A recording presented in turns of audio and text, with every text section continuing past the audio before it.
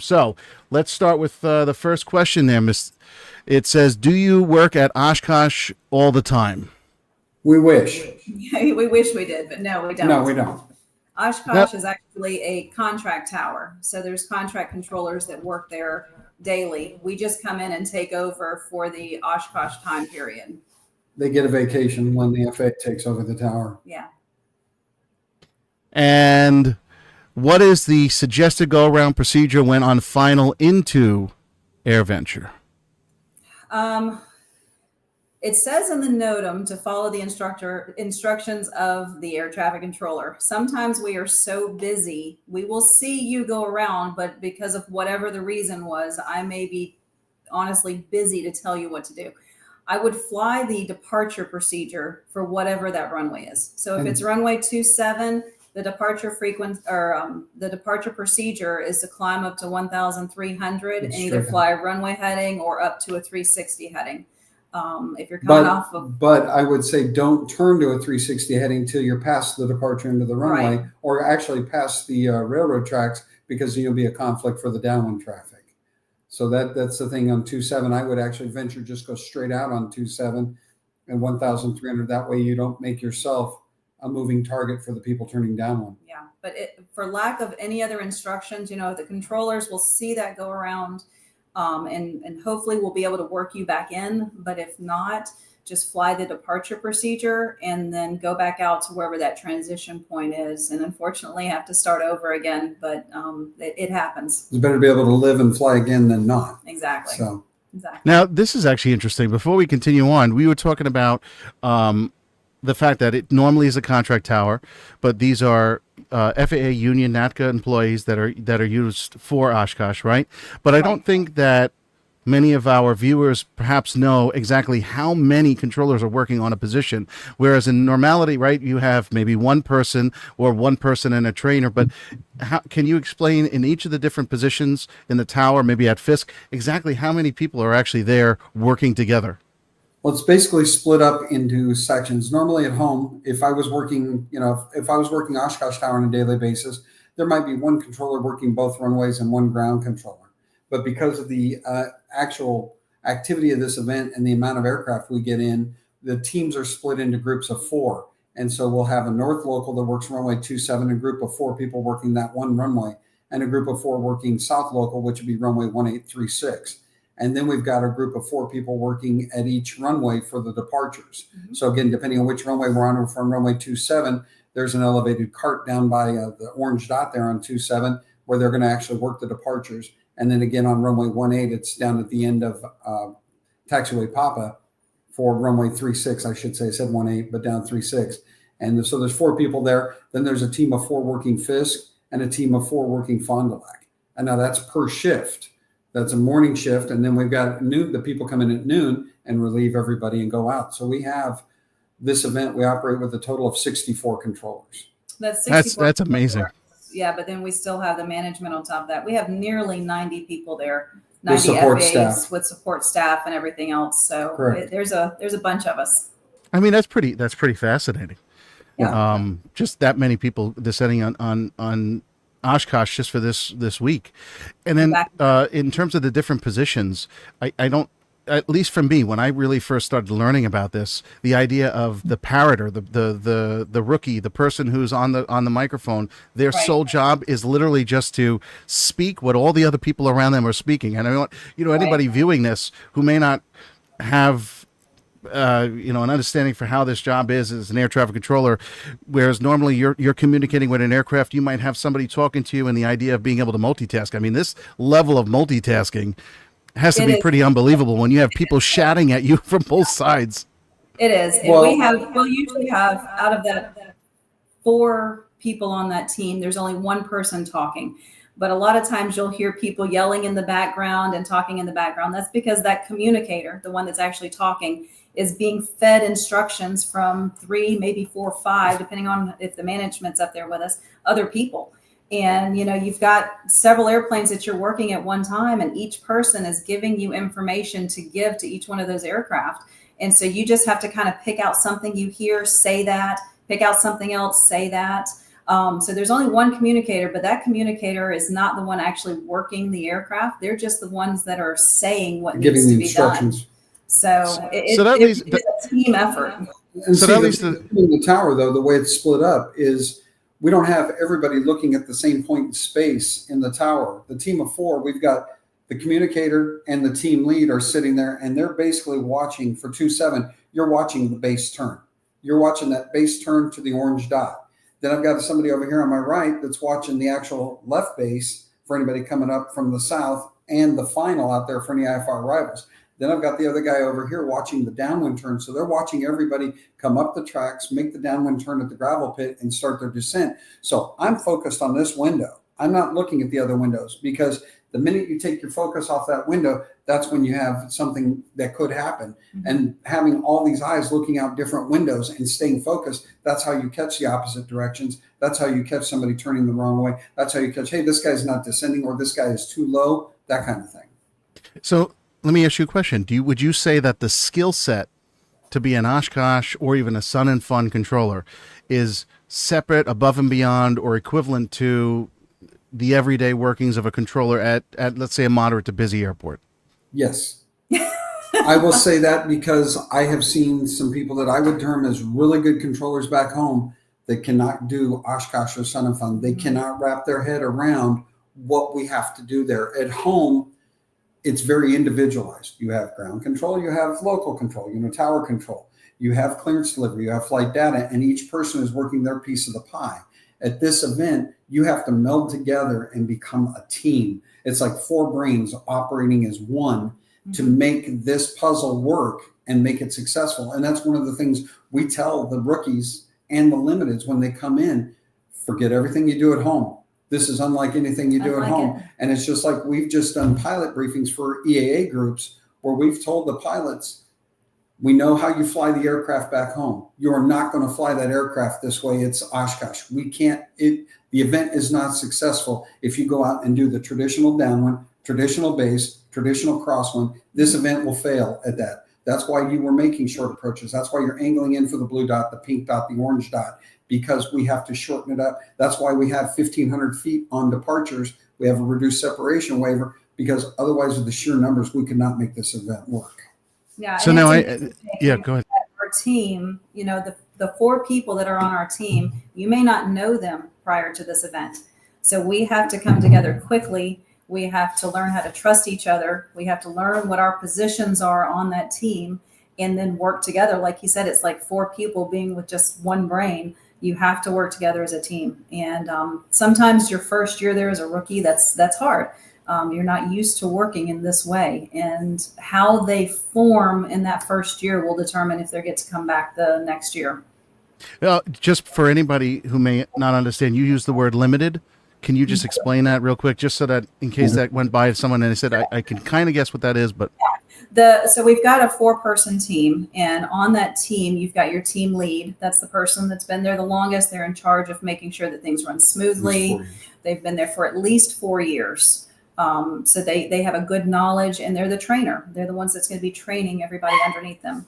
And then you've got the veteran that's been at least 3 years. So they have a good understanding of what's going on as well. The limited, it's usually their 2nd year. So they're not quite a rookie year, but they're still learning. They're definitely still learning. And then you've got your rookie that's just wide-eyed, open mouth, not quite sure what's going on. What did I just see? Especially if they're around Dave, but that's besides the point. Yeah, that's besides the point. Yeah. So it's their first year. And so those are the positions that we have. So the limited would be somebody there's usually 2 to 3 years, your veteran, and your team lead are 4+ years. Your rookies, that's their first year. So. That's amazing. And to follow this arc all the way to the end, to come back to a facility after you've cheated the system in terms of separation and procedure and talking and all that stuff. I mean, how that, I mean, I'm sure it's easy to adapt. You're all professionals, but what is that like? What was that like the first time you came back to your regular facility and half a mile was no longer the separation you needed? Right. The first time it was amazing. They're like, oh my gosh, okay, I need 3,000 feet. I need 4,500 feet, that kind of thing. But the thing that, and I was talking to a couple of the guys who were, actually rookies for the event next week that we're training today, that it's funny that, I've been air traffic controller for 36 years, and I will still find that when things get busy at my home facility, I fall into my Oshkosh routine. She does too at her facility. You fall into your Oshkosh routine when it starts to hit the fan, and telling people, crank it, turn that base, get the base, come on, turn the base. I got to cut you in front here. And you roll right into that. And it's kind of amazing and funny and strange that it all works out like that. It is. Yeah. You have to definitely watch yourself when you get home, because like he was saying, we have 1,500 feet on the runway for between airplanes and Oshkosh, and you get home and you have to have 3,000 feet. So twice as much. And all of a sudden I look down and go, wait a minute, that's not going to work. Okay. Somebody's got to go around. I forgot I'm not at Oshkosh anymore. That's awesome. This kind of leads itself into one of the other questions that someone asked, and that is how to be selected for AirVenture. And actually, I'm going to tandem this with a question that our buddy at Sky Blue Radio asked, which is, what is your normal home facilities? And I think those two kind of marry together the answer I will look there. at the home facilities first. Okay, so I'm from Gulfport, Mississippi, down South Mississippi. That's my home facility. I've been there for 23 years. That's my only facility. I just love it. This is home. So I've been there. I've been Sun and Fun controller since 2013 and an Oshkosh controller since 2018. And David? Okay, I started in the FAA in 1988 on the West Coast, and I'm basically a gypsy my whole career. I worked in Southern California for 6 years. Originally from Colorado, I went back to Denver for 4 years, and I worked in Colorado for about a total of 4 or 5 years, a couple different facilities. Then I went to the Twin Cities. I was in Twin Cities for 10 years. And then I finished my FAA career in South Carolina for the last 11 years. I was kicked out. They kick us out at age 56. But yet I'm able to quit the FAA and go work for a contractor. So I left the FAA, moved down to Mississippi, and I've been contractor for the past 4.5 years. And my facility is Stennis Airport, which is on the outer edge of her airspace. So she is my approach control. And I'm right now I'm the manager of the tower at Stennis. So that leads us into, how do you get selected? So getting selected, it is a volunteer basis. They put out a bid every year. Coming in September, October, they'll put out a bid for Sun and Fun. And December, they'll put out a bid for the next Oshkosh. And what you do is you submit your bid, your qualifications. And then what they do is they kind of talk to your supervisor, see what kind of characteristics you've got, do a little background check on you. Then they evaluate you and offer you the position. It's completely volunteer. It is TDY, temporary duty. You do get paid per diem and travel to go up there and partake in it. And it's, again, based on staffing at your facility if you do get to attend. Very cool. Yeah, I think that's about it. I know a lot of my buddies here on the East Coast, and even in the tower facilities, they're bummed at the inability to be able to get on that list for at least for Osh.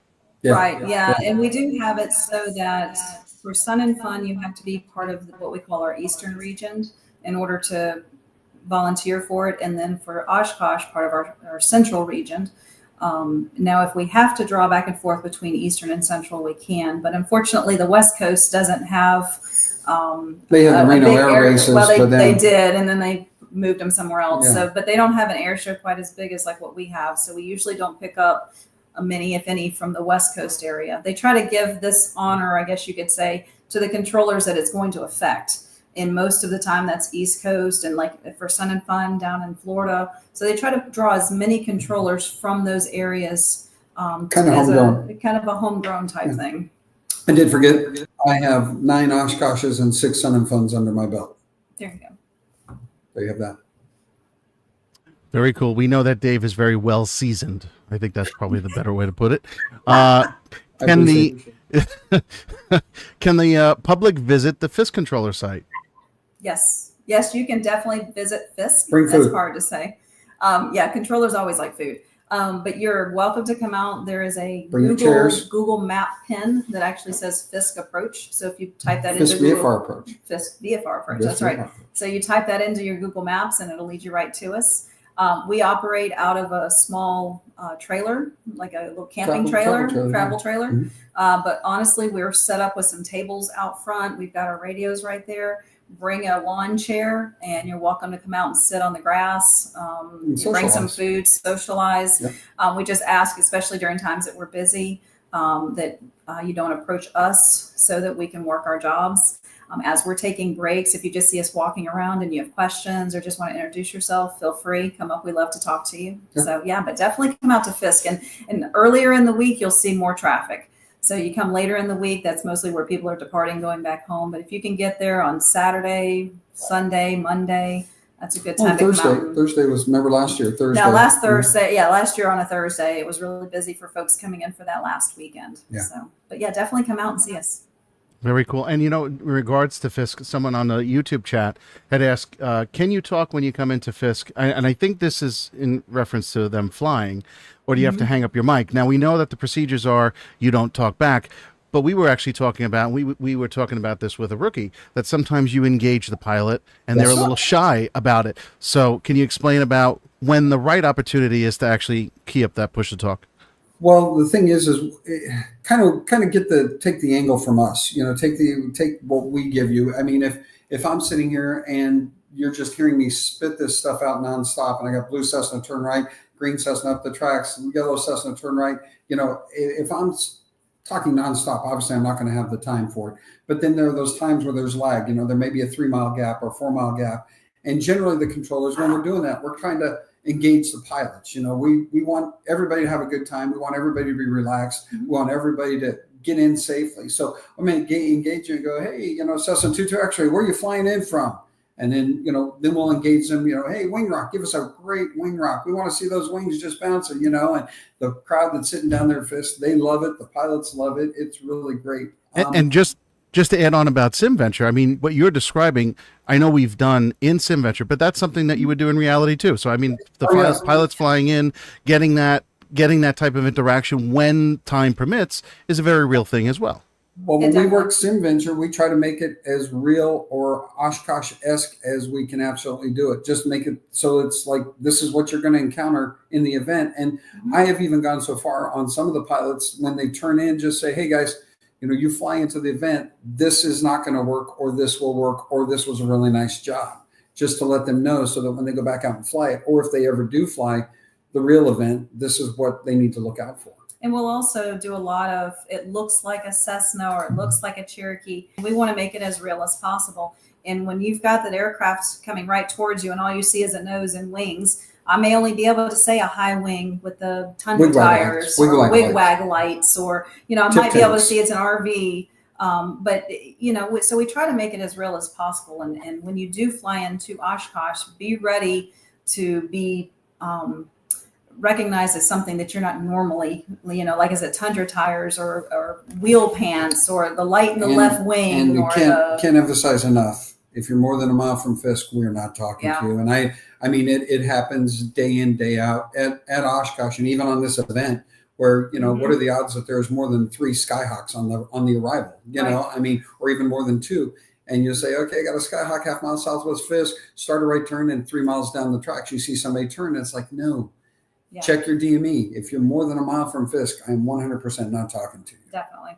Speaking about that, on the questions that were submitted prior to this, when approaching a transition point, how to avoid traffic and sequence between other aircraft who are trying to do the same thing. I mean, it's a significant amount of see it avoid, at least from my perspective as a pilot. What would you say? What would you recommend to pilots in terms of their situational awareness? Yeah, definitely head on a swivel and out the window. I mean, with ADS-B, it has made it so much easier that you can see all the traffic out there. There are going to be those aircraft that still don't have it, older aircraft, whatever, the antiques or whatever. But my suggestion to that would be if it says, Green Lake is the transition point, I would actually go a little further out than that. Get on the approach before Green Lake. That way you don't have several that are right there at Green Lake all trying to join at the same time. If you're already in line, then hopefully someone will see you and then join in behind you. But if everybody's going to that one point, it's very tough for everybody to get in line with each other. So I'd say go out just a little bit further and get in line there. That way, when you're at the transition point, you're actually in line and not trying to join. And that's not to say that, you're not going to reach the transition point. There's going to be people cut you off. There are, it's human nature. I can't speak to that. It's just be the best pilot, be the best citizen you can be. And unfortunately, I've had friends that have flown it and had to go around 4 times because they got cut out and they got cut out and they got cut out. And, you know, there are people who listen and people who don't listen. And the ones who don't listen are the ones who unfortunately get rewarded up until they get on deck. And then air traffic control meets them at their plane and has a little discussion with them, because we can track them, and we do track them, and we make sure they are talked to when they get on the deck. So for those who don't listen, think, haha, I beat it. I didn't have to listen. I went right on in. You will be met at the aircraft and you will be talked to, if nothing else, by, you know, management personnel and or FSDO. But again, if you have to break out, do the right thing and break it out and bring yourself back in. Because again, I can't stress it enough. I have seen crashes at Oshkosh that were no fault of any air traffic control other than, you know, pilot error, and they're not pretty, they're not fun, and it's better to just Don't try to force shrug it. yeah Don't force it. try to shrug off the frustration and just take it around and come back in and be safe.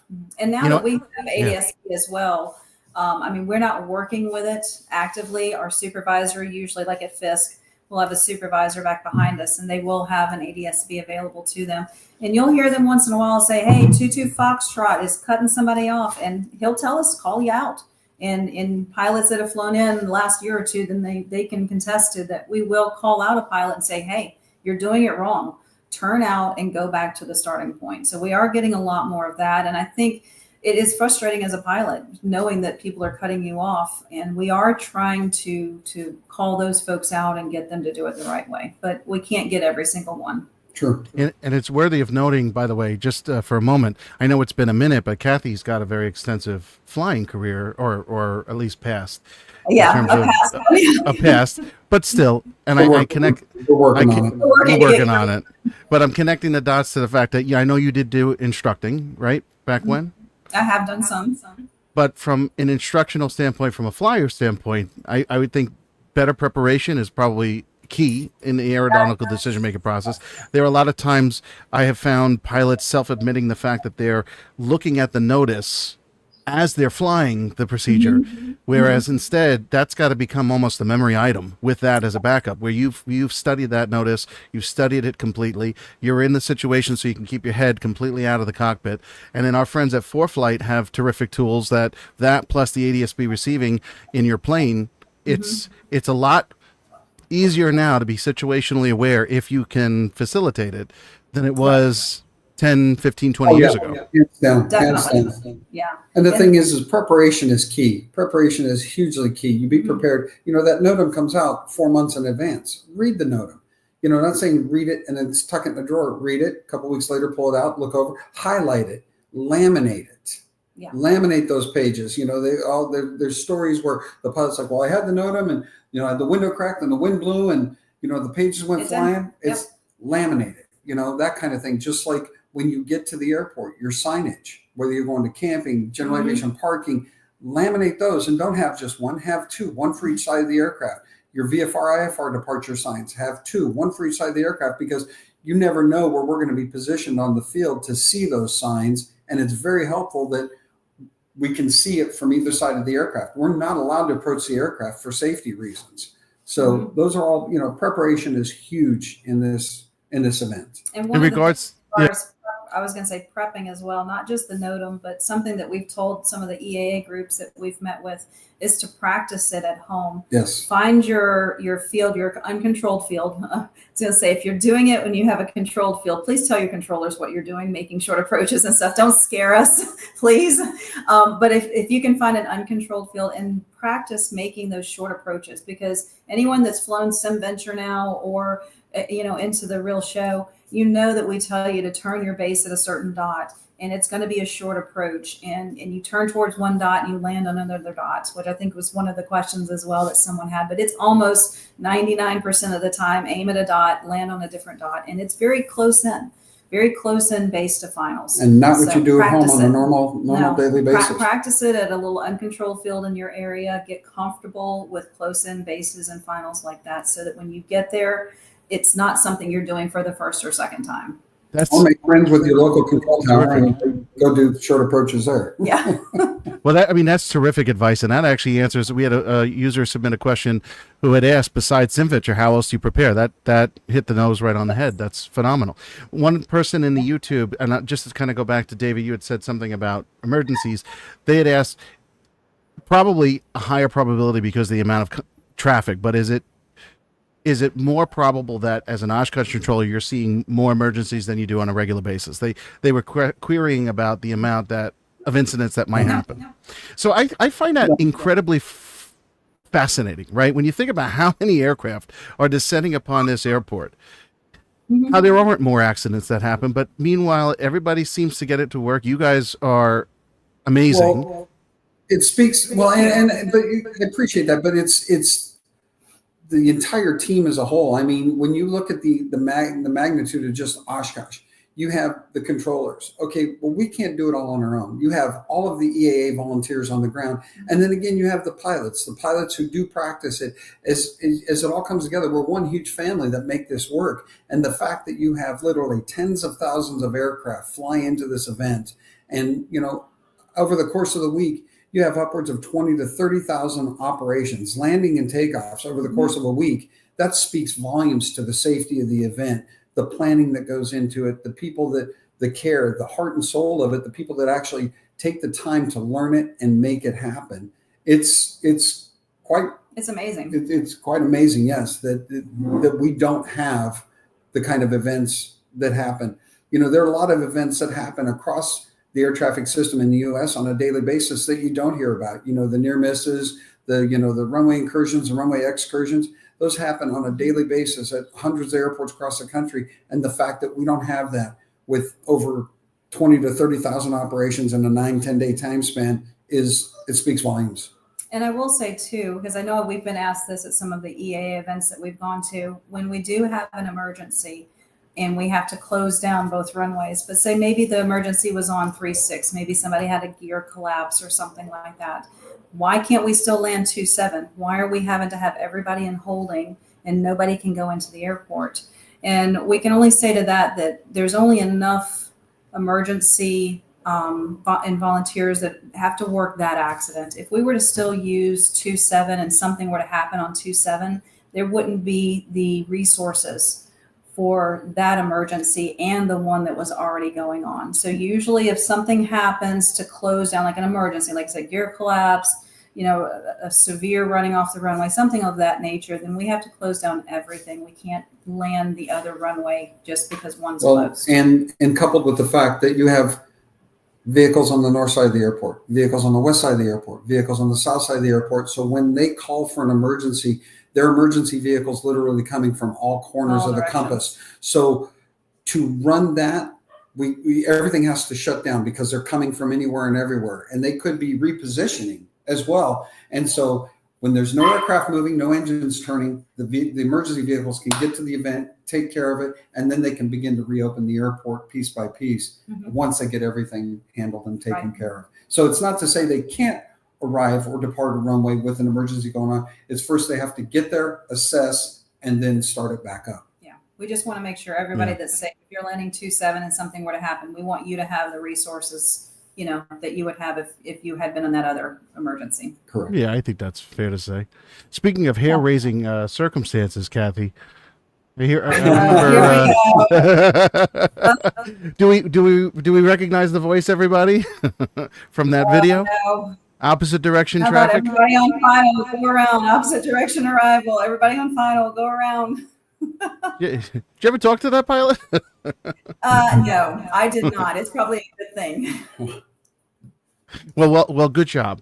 Yes, thank you. Yeah, that's one of those things that happens. Actually, I had it happen right here during this last SimVenture session. I was working 1-8, almost like PTSD. It's 1-3-6. It wasn't a bonanza this time though, but I did have tried to turn in and land 3-6 while we were landing 1-8. I told them to no, turn back out. You're lining up for the wrong runway. It happens daily that we have people landing or trying to land on the wrong runway. So we handle it as best we can. Try to keep everybody safe. Great job. And keep going. There's several questions that were submitted through the Google form, which, by the way, if anybody has any additional questions they want to do, it's earlier in the chat. I can also post it as well, but it's on our website, pilotedge.com or .net/SimVenture. If you scroll down a little bit, there's the Google form. These are more specific questions, and I'm sure I'll be more rapid-fire answers. Will we be instructed to land on the blue dot on runway 18 right, since they are very close to the runway 279? No. No. No, that's the dot we're going to aim towards, but I cannot think of an instance where we're going to try to have you land on it. There used to be an instance. We're not even going to talk about it because changes have happened to where they don't use that procedure anymore. Mhm. It is a reference point for bases and for turning in for the pink dot. That's what it's used for, basically turning your base on the downwind. So no, you will never land on the blue dot. Is it common to fly directly toward one dot, i.e. the orange dot on runway 27, and land on the dot beyond? Always. Which is basically what you just said.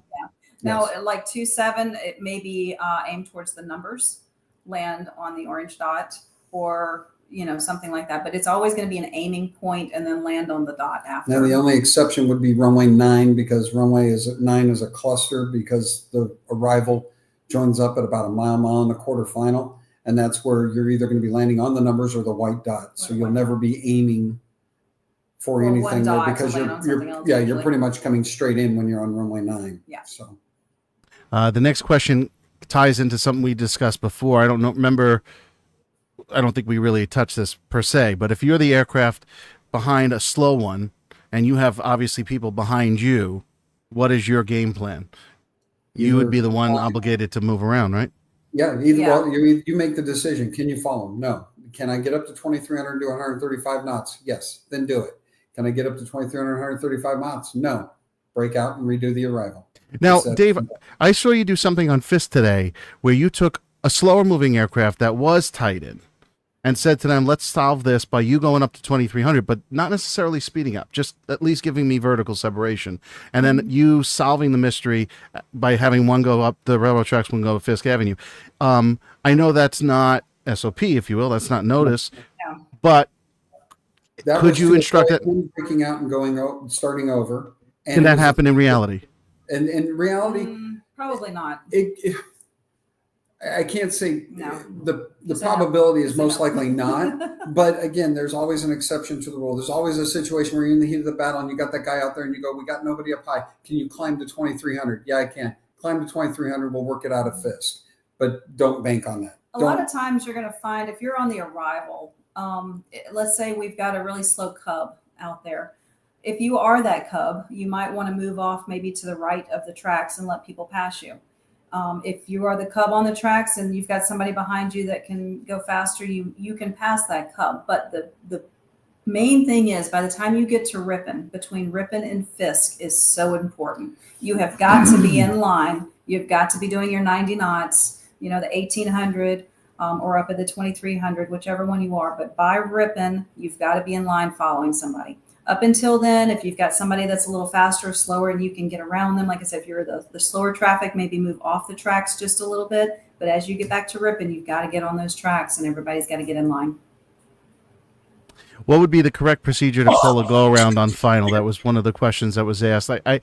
I expanding upon that, I'm wondering if the user who submitted that question is asking about whether there's a right time versus a wrong time, or when the appropriate time would be to call it, if you, the pilot, needed to go around. Yeah, we talked about this a little bit, and our opinion is that if you judge you got to go around, just go around. And the best thing is, again, off of runway 27, climb straight ahead to 1,300 feet. We will see you going around. Mm-hmm. We will see it, and we'll just work around it. Again, off 18, straight out, climbing to 1,300, so you avoid the overflow and the crosswind. Mm-hmm. Now 3.6, coming off 3.6, you got to go around, make a right turn, heading 150, climb again 1,300 feet. Those kind of things. Follow what would be the specified departure procedure. We will see you going around. Somebody's going to see it. There's like 16 people up in that cab. Yeah. Somebody's going to see it. And if somebody in the cab doesn't see it, somebody down the runway is going to be like, hey, that guy's going around, and they're going to call up and tell them this guy's going around. So it will be seen. If there's so much talking, you can't get a word in. Don't base your go around whether you can say I'm going around. In your opinion, if it's safety and you need to go around, by all means, fly the plane. They always say navigate the plane first, and that's what you need to do. Aviate the plane. Navigate. Aviate? Navigate. Navigate. I like that word. Navigate. Navigate. Navigate. Communicate. We've basically discussed this, but if you were to boil it down to, say, a top 3 weak skills that you see of most new pilots, I don't know how you distinguish on the go, whether it's a new or just rusty pilot. But let's say top 3 weak skills that you see with pilots arriving at Oshkosh. First one is the NOTAM, making sure that you know the NOTAM. Again, we've talked about that, and not just, okay, I looked over it once or twice. David and I were teasing that there's 2 things that you need to know really well and that need to be with you in your plane, and that's your Bible and your NOTAM. So make sure that you know both of those things very well. Also, frequencies. We find all the time that the pilots took the wrong frequency. Maybe they're landing 1.8 and they're on the frequency for 2.7 or vice versa. Well, just like SimVenture, how many times have you said, oh, they're on South Local. Oh, they're on North Local. Yeah, they're on the wrong frequency. And the thing is that ties in with knowing the NOTAM. If you know the NOTAM, you know the frequency.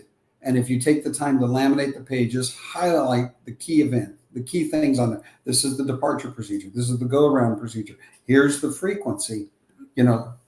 Yeah, I think what's important about that, Dave, is, and we've seen this happen, is that if you're busy and you neglect, let's say, not because you intentionally do it, but let's say, for example, there's a situation where you forget to tell specifically that aircraft to go over to a frequency, and you're thinking, well, in reality, when I'm flying, I'm supposed to remain on the current frequency until told to switch. Right. But in this case, if you find that you're moseying up the railroad track, even if you think you weren't told, switch, right? Yes. Switch. Because we get so busy. There are times you forget. I mean, the thing that this harkens to like real life. I have numerous pilots that will check in on my frequency inside the final approach fix. And I'm like, so you need to be on my frequency prior to the final approach fix, because of my facility, I don't have a radar. I've got to use binoculars, and that's all I've got. And they're like, well, we didn't get a switch from Gulfport. I'm like, well, per the AIM, you are required to be on my frequency by the final approach fix. I said, here's what you do. You're coming up on the final approach fix. You get a mile from there. You just keep, say, Gulfport approach. I'm switching to tower, and you've satisfied that. Again, same thing here. Going up the tracks, don't even say you're switching. Just switch. You get past fix, you switch. Yeah. And the third thing, I think. Third thing I was going to say would be wrong frequency, read the NOTAMs, be prepared. Like I said, practice at your airport if you can. Oh, fly the airplane first. And we've talked about that as well. I think that everybody gets so focused on, we say land on the orange dot or land on the pink dot, and they want to nail that dot. They want to make it perfect. This is a pride thing, and I totally understand that. But if you are going past that dot, that's fine. Put it down on the ground. And usually when we say land on the pink, we mean on or after. I'm not going to fault you if you don't put it down right on the pink and put some tire marks on it. I know we like to practice that and do that. But the fact is, you've got to fly the airplane first. Don't get yourself too slow, because you're already down low doing that close in, excuse me, I had a dog barking, close in base to final. So, don't get yourself too slow and in a situation where you can't recover from that. So definitely fly the airplane. No, that's terrific advice. And I'm going to add something very specific to SimVenture, although I don't know, I doubt it ever happens in reality. But just one public service announcement is a reminder to our pilots that when we operate on the Notice, Fond du Lac is an operational control facility. We've had many circumstances in years past and in this year where some users will consider it a non-towered field and take off on their own. But just remember that while the Notice is in effect, Fond du Lac is effectively a Class Delta airspace. So just so that people are aware of that. And there's a team of us working out there, like David mentioned earlier, and I've actually had people come in and land on the runway that's closed. Fond du Lac has 1.8 and 2.7. And they usually close 2.7 and park airplanes on it. And I've actually had an aircraft, bless you, I've had an aircraft come in and land on 2.7 with airplanes parked on the end of it and never talked to one person. Yeah. Wow. So we went down and met them at the airplane, let them know that they did that wrong, bless you. But, so please know, yes, it is a control tower there. Usually they close one runway, so you just got the one north-south runway that we use for landing and departing, but definitely pay attention to that. See, I didn't expect you to say that there were those. I mean, I'm always surprised that when I see something happen in a virtual community, and then I say to myself, oh, it couldn't happen in reality, and then, no, it happens in reality too. It's pretty amazing, that parallel, but very, very interesting. Have you worked all 5 SimVentures?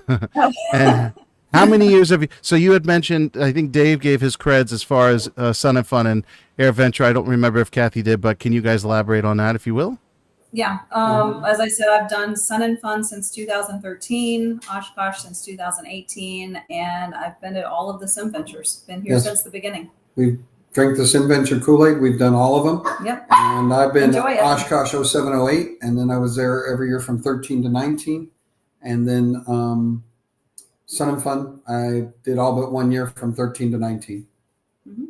That question that was lengthy. I read it. I can actually answer this one. It's specific to SimVenture. It asks about essentially the reason why we do ComWinds and Altimeter 2992. And I think the answer, and you guys could elaborate this too, because you have been instrumental from the get-go in terms of structuring this event.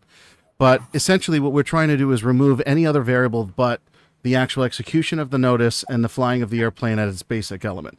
So when it comes to crabbing and wind direction and having to worry about the difference between VFR and IFR days, I mean, it's the benefit of a simulator, which if anybody a couple days ago saw the wonderful presentation by Keith Smith, is the fact that we can execute and practice on days where normally we wouldn't be able to in the actual plane. So there's little benefit to us planning an event when it's an IFR day and we're not able to execute a VFR procedure. So I don't know if you want to expand upon that anymore. Well, and I think too, this year, adding some of those people that stopped on the runway emergencies. Yes. To do some go-arounds. I mean, that does happen. That's a real. It doesn't have to be an emergency, but somebody, again, is on the runway and we just cannot get them to move. It's like, come on, get off the runway. And so we have to send some folks around. So I think that was great training for some of the pilots. Maybe they can comment more, give you guys some feedback about that and how they felt about, being sent around and having to do that. But that's real world stuff. So that was a good thing to see. But yeah. Kathy, a user on that apparently flew in a tri-pacer loves the fact that you correctly called them a tri-pacer. Oh, well, thank you. Let's see, next question. If I really want to park and camp on the North 40, is there any way to get the runway that favors that? Or if I landed 18 and show the N November sign in the windows, will they route me up that way? So the second part is yes. If you have parking and you put the North 40 on there, they will try to get you up in that direction. As far as getting you to the runway that's closer to 7 to that, if we're not busy and you want to ask for that, you're welcome to. Come in when it's slow. Yeah, come in when it's slow, and then you can ask me for that. But the fact is when we are busy and talking constantly, and I'm trying to put maybe faster aircraft up here, like David had said something about maybe the twins, Bonanzas, and things that I think would be parking up on the north side. I'm going to try to put you to 27. Because the smaller things, the vintage, tail draggers, we usually like to send them more towards 1836. But it's just going to depend on the traffic that we have and who was in front of you and where we sent them. And if we can get you there, we're going to try to. Yeah, it's like she said, it's going to depend on the flow. But I know, if I've got a choice to make, I've got 2 coming up, and I've got, say, a Mooney and a tail dragger. I can be rest assured the tail dragger is going to park along 1836, and I know the Mooney, or I not know, but I can be rest assured the Mooney is going to be parking in North 40. I will do everything I can to send the Mooney up the tracks for 27 and the tail dragger for 1836, and that's just because of knowledge. That's nothing we were ever trained. It's just something you learn through years of accumulating, and you learn where everybody parks. So that's what I try to teach my team is, hey, if it comes down push to shove, you're going to make a choice. Send this guy this way, because it's going to save them on the taxiing. But we also look, especially for our tail draggers, the wind. Yes. We know that the wind is a big, big deal for the tail draggers. So if at all possible, now they may still have to be sent because of the traffic flow to the runway that's a little less desirable. But if at all possible, we'll send those tail draggers to the runway that lines up best for the wind. Give them a better fighting chance. Better fighting chance. That's right. There's there's a lot of questions here specific. I can tell from pilots that are actually going to be flying in a couple of weeks. Couple weeks. It's like next week. 1 week. Next week. 1 week. In a week. I plan on doing a flight with 2 others. Okay. And that the 2 others apparently intend to fly at 2300 and 135. This user happens to have a Vans RV9A or a 9 Alpha, which can fly at 90. Although they would prefer the 135. How strict is the 1890 if you can? Meaning, obviously, he can execute the 90 and 1800, but to keep up with his other fellow friends, he'd be at 135 and 23. This goes back to what we said. We're finding somebody of similar type and characteristics and following them. I mean, if he wants to stay up at 2300 and he can do 135 knots with his friend, hey, rock and roll, stay up there. The other thing too is if they're coming in as, say, a flight, and this is something that we'll get as well. We say we need a half-mile spacing, or at least a half-mile spacing. 108, 1,800, 90 knots, or 2,300 and 135. But if you are coming in as a flight, keep it close together. I don't want to look out there and wonder, hey, are these guys a flight, or are they just bad on their spacing for a half a mile? So, and if you are a flight, I may reach out to you and say, hey, I see 3 of you up there at 2,300. Are you a flight? Talk to me. And that goes back to one of those, talk to the controller, especially when they ask you a question like that. Because if you're a flight, then I'm treating you as pretty much one airplane, and you're going up the railroad tracks to land 27, or, down the east-west road, depending. So if you're a flight, make sure you keep it close together so that I can kind of recognize that. I will ask you. And then I'll call the tower and say, hey, I've got a flight of, 3 carbon cubs, or I've got a flight of 3 RVs that are coming in. And so they'll know, and they'll treat you as one. And that is not to say that once you get up there on the downwind, they may not split you up and have you land singly, but at least getting up there, you can get up there as a flight. Yeah. But if you're going in individual and you just are trying to park with each other, that's going to be tough. It again depends on the traffic that we're running at the time. We'll try to get you together if we know that you're trying to stay together. But the best way to do it is to go as a flight if you can, if you want to stay together like that. Yeah. Right. So just to reiterate, to identify that you're not a gaggle, if you will, and that you are a flight, you don't initiate. You'll respond when you notice the coupling of the Right. aircraft. There's a bunch of you together. Ask, are you Now, okay? if there's a lot of dead time on the frequency, you call them, say, Fisk Approach. This is, Vans 22 X-ray. We are a flight of 3. Is that going to be okay? That kind of thing. Something to the words to that effect. We're like, yeah, hey, where you at? Well, we're down here over Ripon. All right. We'll give you a holler out when we see you coming up the tracks. Right, so that's like you just getting an impression for the moment. If you're flying in and you can sensibly and logically find that you can basically insert yourself without disrupting anything, you can make that call, and you're not going to be yelled at because of the whole two-way comm thing. You can do that. Okay, but that's cool. The whole two-way comm thing is just. You get people who like to tell you what they had for breakfast and what their wife did for cleaning the house before they even get to what they want to do on the runway. And the thing is it's just to avoid all that excessive chatter, because in the heat of the battle, as you are well aware, anybody who's flown this rival, whether it's sim or real, in the heat of the battle, seconds count. I've got mere seconds when you're a half mile away to turn you or continue up the tracks and try and throw a wing rock in there, and then I got to move to the next guy who's right up your tailpipe. So again, taking up that frequency time is critical when it's busy like that. But when it's not. And just to address, I think Anthony, a person in the chat, Anthony had said about would we essentially be interested in adding formation flights to SimVenture? There has been a lot of chatter in the chat of a lot of viable things to consider. I think what we try to always balance, and this kind of goes off script for AirVenture, so if you just beg pardon for 1 second, what we've tried to always do is balance the difference between just the entertainment factor and the training factor. And what we have to, at the end of the day, consider is whether or not we add an element, if that's actually getting a return of interest for the training value. And I mean, one of the things that many people have said, well, why can't we fly IFR? Why can't we do this? The idea of working IFR in Oshkosh is like working IFR working at any other facility. So there's no benefit. So in other words, what we pick and choose on how to augment SimVenture moving forward is a balance between obviously how entertaining it is for you, but also the training value that it is for the controllers and the trainees that we actually have behind the scopes. Exactly. Yeah, definitely. Yeah, because honestly, if we did some IFR in SimVenture, that's more training for the controllers than it is for the pilots. I mean, they're the ones that need to be practicing the VFR arrival. Yeah, that's the biggest thing. You call in IFR over the lake, okay, clear to land.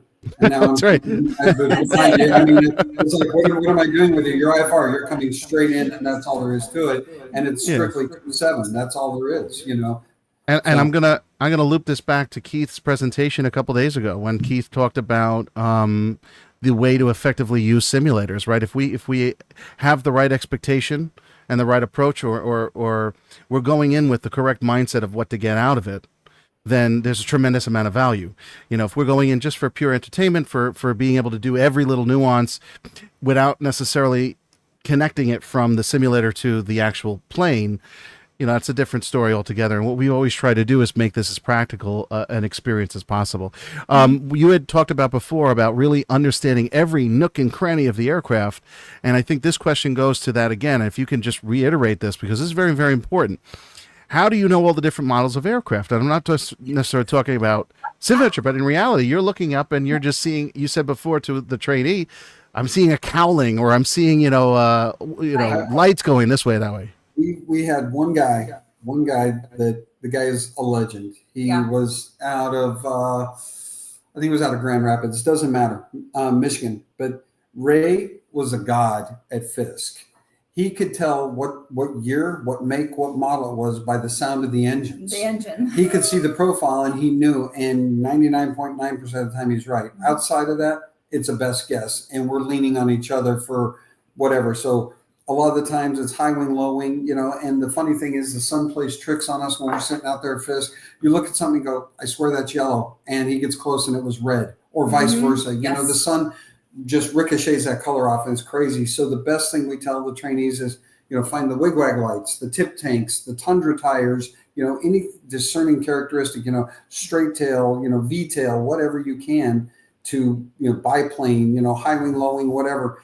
It's that we all don't know the characteristics. We just lean on each other for anything somebody might be able to pull out of a software. From my understanding, there was a controller who made reference to a twin engine single prop at one point.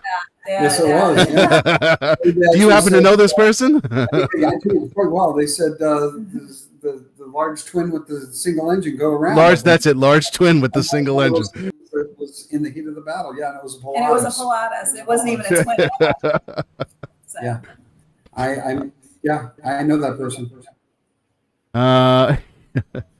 For SimVenture, what do I do when the dot? Well, what do I do when the dots are invisible on runway 27? So, I mean, would you answer? I mean, this is not really necessarily Well, no, we've actually had this at our events before, whether it's sun in front or Oshkosh, but when the sun is just right, it's hard to tell what color those dots are.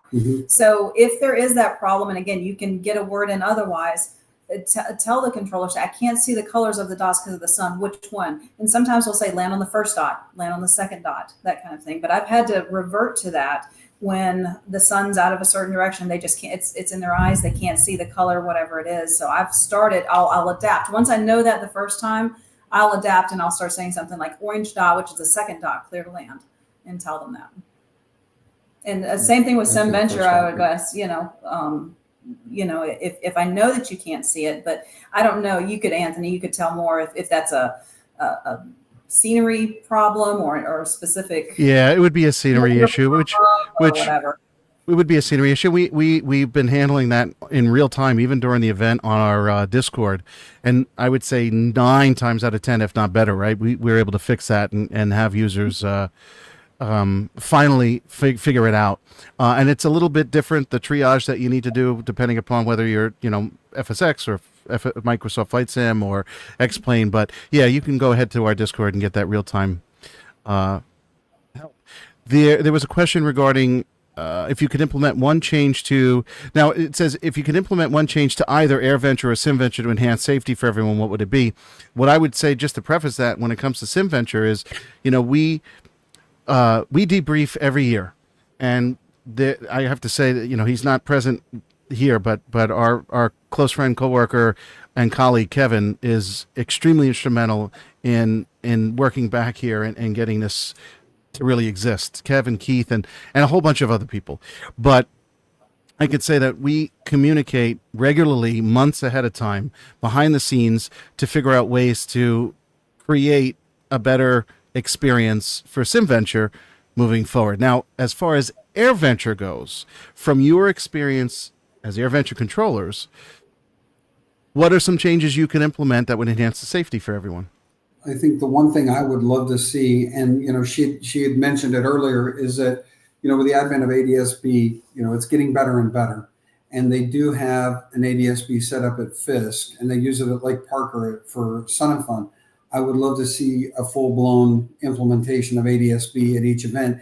Then that now takes out the high wing, low wing, wigwags, tip tanks, yellow Cessna. And now we're getting into where now I'm calling you by the call sign. I'm calling you out. It's exactly you. There's no question. Did you talk to me? No, I've talked to you. 22 X-ray, that's you. I've talked to you. And I would love to see a full-blown presentation on it. The problem is, anything governmental, it's, money and bureaucracy, trying to get it through the chain. The effective change on a government level always takes 3 to 5 years a lot of times. So that would be the one thing I would love to see them change.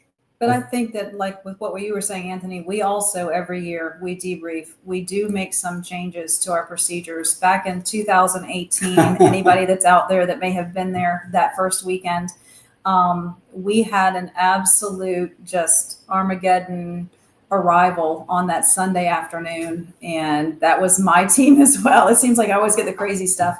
But, it had rained Friday, it had rained Saturday, it rained Sunday morning, and nobody was able to get in. So Sunday afternoon about lunchtime, it's like everybody and their mother, brother, sister, and aunt was coming inbound. And we were on the worst runway configuration possible. We were runway on 9. We were on 9 as well. So runway 9 is but horrible. because of that, we ended up having to turn away hundreds of aircraft at the end of the day that weren't even able to land. So because of that, the new procedure that came into effect, I think in 22 with the transition points, that was a result of that. And we had briefed that year after and said, okay, what can we do better? How do we need to change this? And so we came out with that new arrival. But again, it took 3 years to implement it. It did. Yeah. But we definitely saw that there was a problem and we tried to fix that. So, We actually, if memory serves correct, didn't we implement that at the SimVenture that happened Yes, right before it? I thought we did it. yep, that's Yeah. We were able to get it in right before the actual Because it change was in happened in the AirVenture. One of the questions that was asked multiple times was, in one question was specifically why we didn't do a runway 9 configuration. And then kind of addendum to that is really why is that not necessarily favorable for, liked by air traffic? Runway 9 is the hardest configuration because it pertains to the fact that the angle of the arrival, the tracks come up, and the arrival joins final at about a mile and a quarter from the runway end. That in and itself is not a big problem, but it is a problem with a steady stream. We run runway 9, we have to run a mile in trail, which now means you're taking every other aircraft out of the sequence now because I've got to have a mile in trail because I have no wiggle room. I can't bend anybody out. I can't control the base. Everybody is basically coming in on a modified dogleg straight in. Now let's throw in the fact IFR arrivals come in on the approach to runway 9. It is a dead tie at a mile and a half, mile and a quarter final. Somebody is going around. And if we can, we work them back into the downwind because there is nobody on the downwind on the north side, but it's not a guarantee. Runway 9 just is a lot of work. It's not fun. And it's very hard for us to see from the tower. The depth perception with that person coming straight in with the one coming in on that dog leg. Sometimes it looks like one's behind the other one when it turns out they were actually in front of that the other one. way around. Exactly. So it's very hard for us to see. It's almost like the pilots on that configuration have to work it out themselves out there when it really Christine is in chat and she said, throw in an IFR arrival and yuck. Yeah, exactly. Exactly. Exactly. Hey, Chrissy. So, hi. Yeah, so it's just there's no room. There's absolutely no room on 9. Unlike 2.7 where you've got the downwind, you can kind of extend it if you need to. You can make shorter bases if you need to, but 18, 9 is bad. 18 right is the next worst configuration because again, you're taking things. It's like you're jamming 10 pounds into a 5-pound bag on 18 right. You've got them coming on the crosswind, you come to the downwind, and you really have to control that base. And as you've seen in SimVenture today, which again was very realistic, these pilots are scared. They're afraid to turn in tight like that. That's not what they're used to. They want to come past the numbers and turn in, and we can't do that on 18 because now you get into the 2.7 environment, and that's a horrible mix. Yeah. So it's just one of those things. So for us to practice it, we could at SimVenture, but there again, if we're not having the IFRs, it's not bad. Because it's just all the steady stream of the VFR traffic coming in. But if we put the IFRs into SimVenture and the complexity goes up, then that would be it would be then maybe worth it to practice that. But for right now, and we stay off of 9 as much as possible. I mean, it has to be a pretty good win for us to go to 9. Yeah, just because of that fact. What was your favorite Oshkosh story? I don't know about favorite. I mean, we always have those crazy moments. And as controllers, like the last year when I had the Bonanza that landed opposite direction and I had to send everybody around, that was a crazy moment. And at the time, it was just that chaos. After the fact, we go back and we're talking to each other and like, won't believe what happened today, and we thrive on a lot of that stuff, almost like cleaning up the chaos. So that was fun. I guess mine, though, is my very first year. David always talks about this one for me. But my very first year, that 2018, when I was telling you we were working the arrival and everybody was on the arrival. And, we need a half-mile spacing. I think I probably had 3 within a half mile at least. In a mile, we would have 7 or 8 within a mile of each other. And it was just chaos. There was no way it was working. It was not going to work. So I pretty much I said, every aircraft between Ripon and Fisk. I said, if you have a wing, a high wing, a low wing, bi wing, I said, turn left now and go out and rejoin. And every airplane you saw turned out like that. And there just happened to be a helicopter that was coming up the tracks practicing, and here comes that helicopter straight up because he didn't have the wings like I was saying. There's actually a YouTube of yeah.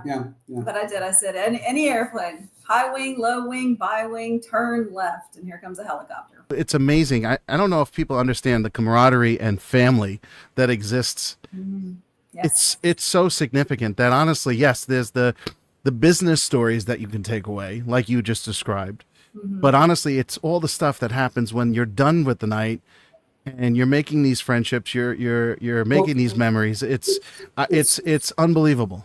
It's like we tell people, these events are instrumental in building lifelong friendships. You work next to somebody day in and day out for 50 weeks out of the year, or 48 weeks out of the year if you go to Sun and Fun, but day in, day out, we are closer to the people we work with at these 2 events and have better relationships with them than some of the people we work next to day in and day out, 48 weeks out of the year. It's just, you take it, what might be called an impossible situation and jam 64 people together and cause them to meld and become a group in such a short order and perform some really hard and virtually impossible things and make some magic out of some things that this really event should not work. This event defies all logic. It really does. It's pure insanity, controlled chaos. But you take 64 people, jam them together, and watch these relationships blossom. And, that Sunday, there are tears in everybody's eyes when they're saying goodbye because everybody's going home the next day. And there are people who've already got counters on their watches and on their phones like, it's 357 days till the next Oshkosh, 57. Well, 365 days in a year. Yeah. Well, I was going to say, wait a minute. Well, anyway, so it's truly an amazing thing. Some of the friendships that we made, these are people that, we've gone on vacation with. We call them family. We consider them family, that kind of thing. Yeah. If you ask me what my absolute favorite thing about Oshkosh or Sun and Fun, and it's going to be, first of all, my family, and they are the ones that I consider my family. It's going to be my work relationships with the people that are at those events. That by far is the absolute first thing on my list when I think about what's my favorite thing. And then after that would be my pilots and my aircraft, because we'll be walking around the grounds and the pilots, we'd love for you guys to come up and talk to us. If you're walking around, we've got a pink shirt at Oshkosh, an orange shirt. Yeah, we've got an orange shirt at Sun and Fun. We love to talk to you. And for you guys to come up and say thank you for everything you do really does mean a lot to us. I gotta say, we feel like doing a thankless job and the chaos that's going on. But I gotta say, for as revered as all the pink shirts are, and I mean as big a head as you could potentially have, thinking of your role in this entire process, everyone I've met, there hasn't been a pretentious person I've met. Everybody's been very welcoming because of that familiar thing. And I gotta say, Bob, our buddy Bob Cam had mentioned about the idea of a fraternity. If anybody wants to cry, listen to Christine's last transmission on YouTube. But I mean, that just says it all. Yeah. as she's putting the emote in the thing. But I mean, that just says it all. I always love to bring it back to a human aspect, because I think oftentimes people don't realize they kind of disassociate the idea, because all you are is a voice in the headset, but there is a human aspect here, and it's very much alive and well, and it's such a really cool camaraderie. Well, the one memory you talked about, memories, the one thing I will go back a couple of years, and it doesn't directly involve me, but one of my kind of favorite memories thinking about it is the PBY was at Oshkosh, and they were giving rides up at Appleton, the PBY Catalina. And I don't know, how many people are familiar with it, but it's a World War II aircraft, amphibious aircraft. Anyway, I had taken the controller of the year from Sun and Fun up there to get a ride in it, and Kathy had come along with me, and my son-in-law our son-in-law had come along with us, and he was just getting into flying. He was getting all his ratings, and he just completed all his school and everything like that. And so we were sitting there conversing with the owner of the Catalina, and the aircraft's an amazing aircraft by itself, but then just to hear his stories was really, truly amazing. And then the lead pilot comes in after they got back, brought Tim back and ride and said, okay, we're done. We're heading back to Oshkosh. And the owner, John, he looks and goes, yeah, we're loading up. And Jason, lead pilot, looks at all of us and goes, you guys flying back with us? And I'm like, yeah. And I'm like, well, no, I got to drive the van back. So I had to drive the van back. But I still thought to me, it was still cool that she got to ride.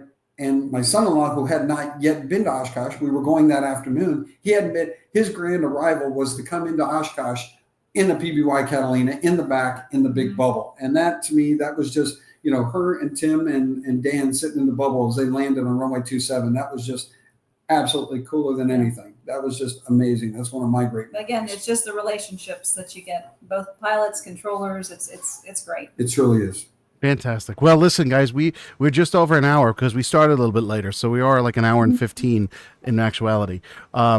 I will let you guys have the last licks of words. If there's anything, if we haven't exhausted anything that you want to give to this audience, and then obviously this will be available on our YouTube page, so many, many, many more people will be able to view this anytime in the future. So if there's anything else you want to mention, make it so now. To beat a dead horse, and I obviously really mean to beat a dead horse, because safety is paramount. You can and will die if you are not careful at this event. You can and will die flying in general, but in this event, preparation is key. Prepare, prepare, prepare. You don't just jump in your car and go drive thousands of miles away without having some sort of preparation. Checking the oil, checking the gas, everything like that. And I'm not talking about checking your plane, but I'm saying be prepared. Have the NOTAM. Know the NOTAM. Commit the NOTAM to memory. Have copies of the NOTAM. Have copies of your signage for camping. Have a backup plan. Have a backup plan for an alternate airport. Have enough fuel. I don't know how many times we have people go, well, I'm on emergency fuel. I need to get in. I can't get you in. The airport is closed. I don't know how many times it's 7:45 and 4 or 5 aircraft are calling up, hey, can we still get in? Well, no, sir, you're not past Fisk. You're not going to make it in. Well, but I've got a reservation. I can't help you, sir. You waited too long in the day. Same applies when they come in right before the air show. The TFR goes into effect at 2:15 and it's 2 o'clock, wanting to know why they can't get into Oshkosh. Well, I don't know what you've been doing all day, and you may have had a whole circumstance of events, but that's why I say plan early, arrive early, and that way things that can and will happen, you can offset those and still make it in time. Yeah. Again, just preparation. And if you're not comfortable with something, if you're not comfortable flying the procedure, go land at Fond du Lac. And yes, then go land at Fond du Lac. They've got the buses that'll bring you over, that kind of thing. So don't force it. Again, fly your aircraft first. Make sure that you're safe in that. And if you have to go around, then go around. Like I said, we will see you. But don't force something that is just not going to work. We will get you in. Mm-hmm.